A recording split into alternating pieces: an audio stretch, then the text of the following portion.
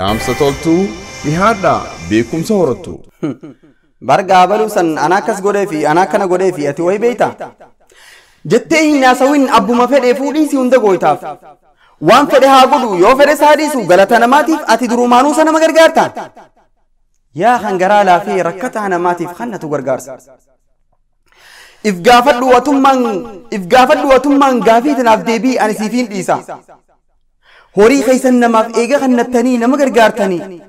Galata keeysanis firraan balleeysinaa namaaf haasoytanii. Galata keeysanis firraan balleeysinaa namaaf haasoytanii.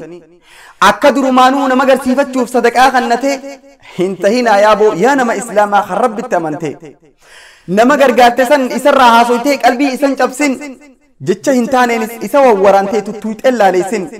Jecha hin taaneenis waan irra jiraatteef tuttuuxeen laaleysin. Jecha khiyyaa miti kun jecha rabbiiti. Deemaa Qur'aana irra banadhaatii ilaala. Suuraa Baqaraadhaa aayaa 264 gama bitaarratti peejii gama jalaa. Qur'aana qaraanee sirritti haa hubannu waan irraa nuuf gala.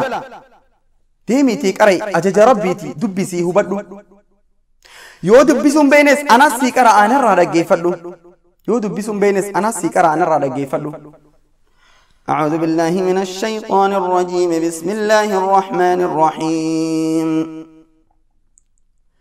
يا أيها الذين آمنوا لا تبطلوا صدقاتكم بالمن والأذى يا أيها الذين آمنوا لا تبطلوا صدقاتكم بالمن والأذى كالذي ينفق ماله رياء الناس ولا يؤمن بالله واليوم الآخر فمثله كمثل صفوان عليه تراب فأصابه وابل فتركه صلدا لا يقدرون على شيء مما كسبوا والله لا يهدي القوم الكافرين صدق الله العظيم